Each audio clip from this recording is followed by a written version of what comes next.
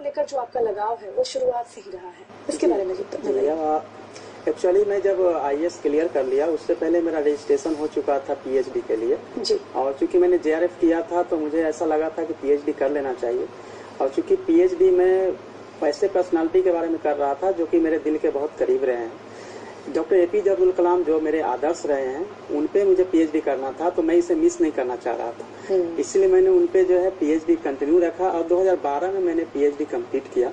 इसके लिए मुझे यूनिवर्सिटी से स्पेशल परमिशन लेना पड़ा, सरकार से परमिशन लेना पड़ा, फिर मैंने पीएचडी कंप्लीट किया। साथ ही चूंकि मैं एलएलबी भी कर रहा था, एलएलबी फर्स्ट ईयर कर लिया था पटना लॉ कॉलेज से, तो 2 साल बचे हुए थे, उसके लिए भी एक्सटेंशन लेके मैंने एलएलबी कंप्लीट किया।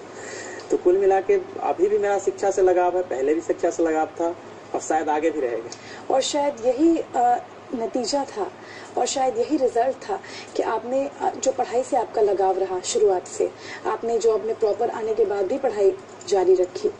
मिशन 50 क्या शिक्षा से आपका लगाव, इसका रिजल्ट हम मान सकते हैं? एक्चुअली जब मैं यहाँ प्रिपरेशन कर रहा था यूपीएससी का, तो उस दरमियान मुझे बहुत सारी समस्याओं से जूझना पड़ा था, क्योंकि यहाँ अच्छे गाइडेंस की कमी थी, अच्छे टीचर नहीं थे। ऐसे में मुझे खुद ही सब कुछ करना था। तो मुझे ऐसा लगा था कि क्यों नहीं, मैं जब सक्सेस हो गया हूँ तो बिहार में इतनी प्रतिभा है, उनको एक सही डायरेक्शन, एक सही मोटिवेशन दिया जाए।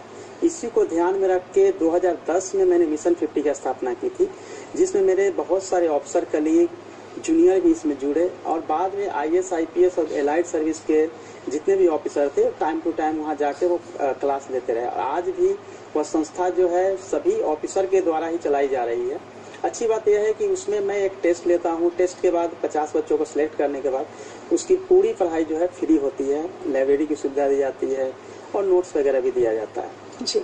और यही वजह है कि मैं कंटिन्यू ये चाह रहा हूँ कि बिहार से ज़्यादा लोग सक्सेस हो, स्पेशली जो पुअर हैं, जिनको गाइडेंस का अभाव है, जिनको कुछ भी सहायता कहीं से नहीं मिल पाती है। और वैसे में जब यहाँ पे बड़े बड़े कोचिंग संस्थान खुले हुए हैं जिसमें प्रॉपर गाइडेंस की कमी होने के चलते ये मिशन 50 एक जो है दीपक की तरह काम करती है और मैं आगे से बढ़ाना चाहता हूँ। बहुत ही उम्दा पहल हम कह सकते हैं, बहुत अच्छी पहल है।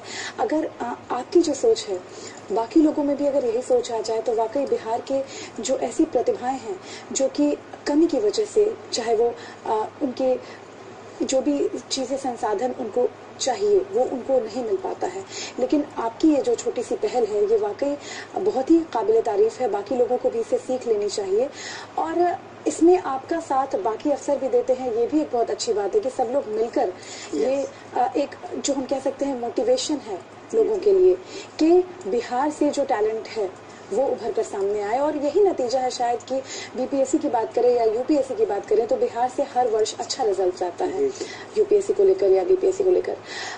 आपसे ये जानना चाहेंगे कि स्टूडेंट्स से जब आप मुखातिब होते हैं तब आप एक आईएएस हैं और जब आप उनको पढ़ाने के लिए आते हैं उनको कैसा लगता है, क्या कुछ उनका रिएक्शन रहता है आपको देखकर? एक्चुअली होता यह है कि जब मैं प्रिपरेशन करता था तब मुझे किसी आईएएस से मिलना नहीं होता।